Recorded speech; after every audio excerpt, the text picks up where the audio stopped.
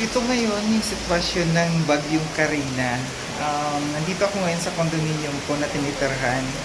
And medyo sobrang lakas ng ulan and meron na rin baha, no? Dito sa harap ng sa entrance pa lang ng condominium namin meron na. So yan. Malakas na yung malakas na yung tubig dyan sa harapan ng gate. Yan, pababa. Malalim na. So yung apektado nito, oh my God, hanggang sa hallway. So yung pababa na yan sa papuntang papunta sa papunta doon sa parking. So bababa ako, titingnan ko kung ano na talaga yung sitwasyon, totoong sitwasyon dito. Bababa ako. Malalim. So yung mga sasakyan, no, yung sa parking inilagay na dito sa hallway.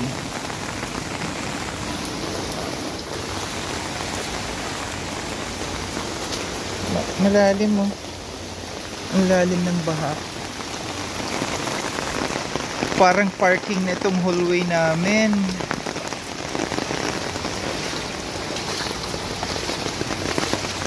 Yung swimming pool.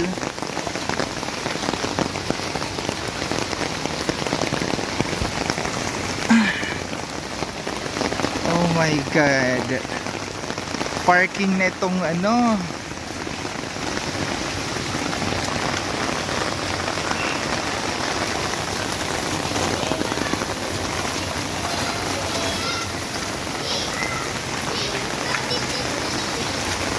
Malalim dito.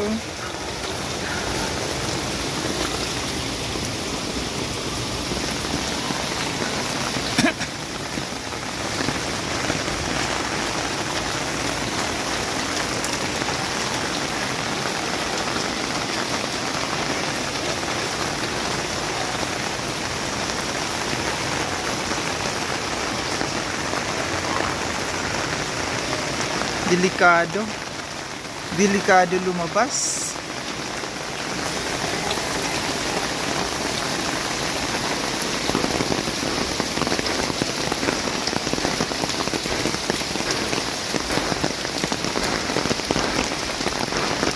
Dito rin may mga sasakyan na rin dito. So yung ilalim nito malamang, tingnan natin yung sa parking. Sigurado lang ako yung parking nito, kaya inakyat itong mga sasakyan na ito. Kasi yung parking malamang binaha na naman to.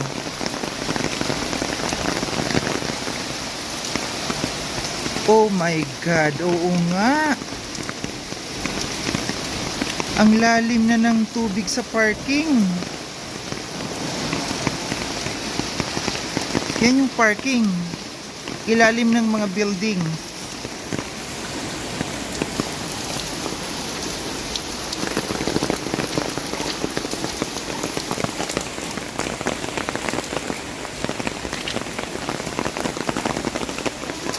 Hey Virgin! Nagbablog ako. Lumalim yung sa parking.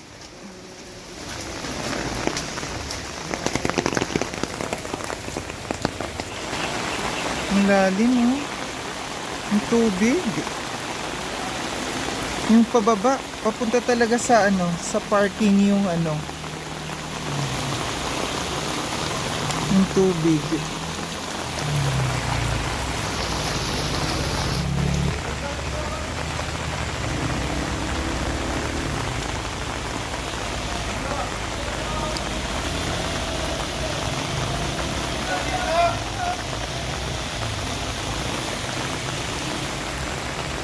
So lalabas ako. Mag-iikot-ikot ako. Tingnan ko dito sa kapaligiran namin kung ano na nga ba talagang nangyayari, no. Kung hanggang saan yung baha, diretso na rin bibili ako kung ano yung mabibili na, kasi walang mga tindahan ngayon, may mga nagtinda, no. Bibili ako ng isda na pampano kasi masarap ngayon yung isda. Talagang ang tubig, oh. papunta pababa sa amin, doon na pupunta. Kaya yung parking, ito yung church. Malapit lang kami sa church. Paglabas lang ng gate, yan church na. Then ito gym. Dito naman wala, hindi masyado. Oo, sa simbahan ginawa na rin parking. May mga pamilya na nandoon sa simbahan. Bakit kaya? Baka lumikas ang mga yon. Kasi yung likod ng simbahan, squatter. Oy, puno ng maraming sasakyan. So, maglalakad-lakad tayo hanggang dito lang naman sa loob ng subdivision. Masungit talagang panahon. Masungit na masungit. Tingin tayo. So, walang mga sasakyan. Wala masyadong tao. So, safe naman dito maglakad.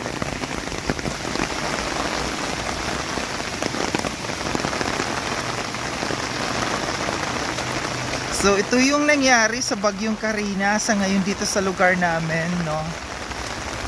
Kahit saan, alam ko na maraming mga binaha ngayon, kaya ingat ang lahat, no? Ang ingat ang lahat. So yan, ito ang sitwasyon ngayon. Malakas ang ulan. Nandito na ako sa labas ng subdivision. So sobrang lakas ng ulan ngayon. Naglalakad ako. Daming mga hiningal ako. Medyo malayo na yung aking nararating, yung aking nalalakad. Sobrang sungit ng panahon.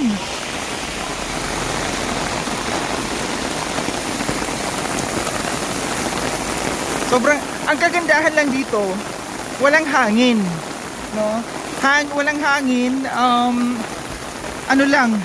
ulan lang talaga. Kasi kung sinabayan ito ng hangin, medyo nakakatakot na. So ito tayo ngayon, no? Naglalakad, nagmamaganda dito sa daan. So ingat ang lahat, no? Mag-ingat ang lahat ng mga kababayan natin. So si Sangkay nandito naglalakad-lakad, nagmamaganda sa daan, kahit sobrang lakas ng ulan. Yan. Ay! Diyos ko!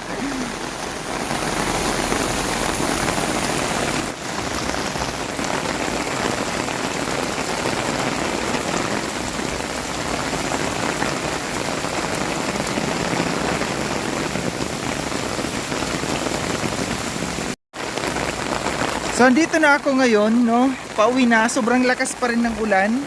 Kanina may nakita ako dito ako sa may simbahan. May nakita akong pamilya. Nandiyan dyan, isang pamilya, basang-basa sila. So siguro nakapasok sila, no? Pinapasok sila ng simbahan. Wala na sila dyan. Sobrang lakas. So kung maghapon to na ganito kalakas ang ulan, hindi tayo magtataka, no, na kung marami talagang babahain. Dito sa amin kung maghapon yan, lagpas tao na yung parking namin kung maghapon ganito.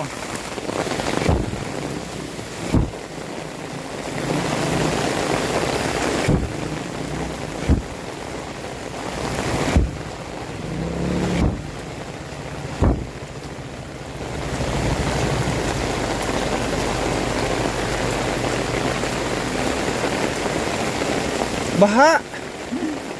Malalim, no? So ito. Makiusyoso tayo. Ito na, dito na ako sa loob ng kondo. Ito na yung sobrang lalim pababa. Papunta ito sa papunta doon sa parking sa basement.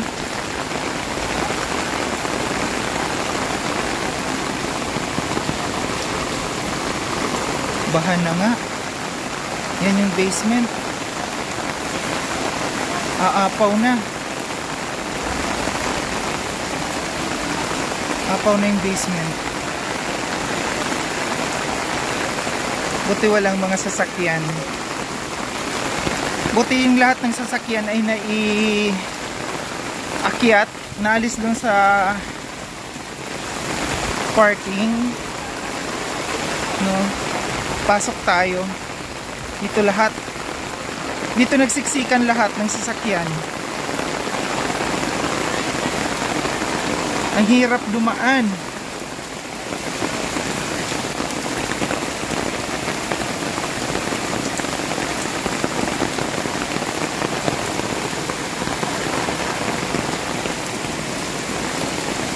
Sorry.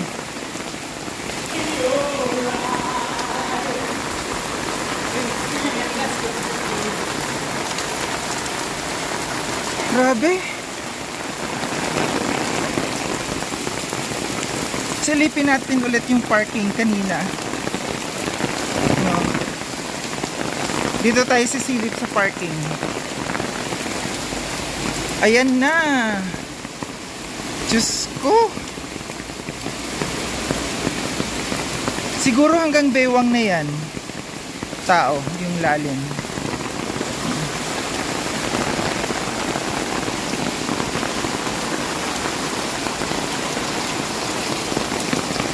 Ito na naman yung parking.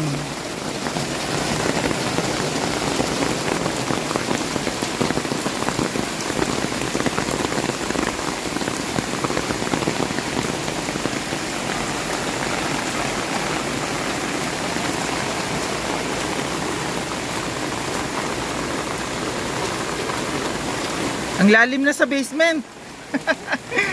Grabe. Ay.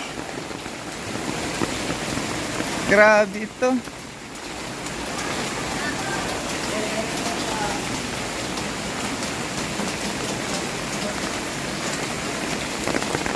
Kawawa. Buti na lang naiakyat itong mga sasakyan. Yung iba hanggang doon sa itong swimming pool namin, no. Baka yung iba nasa sa gilid din, ibang mga nakapark. Kung saan nagpark yung mga sasakyan dito. So dito nawala na yung baha dito. Kanina malalim to. Ako iaakyat na sa unit ko. Ito yung kaganapan sa ngayon, no. Dito sa sitwasyon sa dito sa bagyong si Karina. Salamat mga sangkay sa panunood. Ingat ang lahat, no. Mag-ingat ang lahat na mga binabahasa ngayon. Salamat mga sangkay.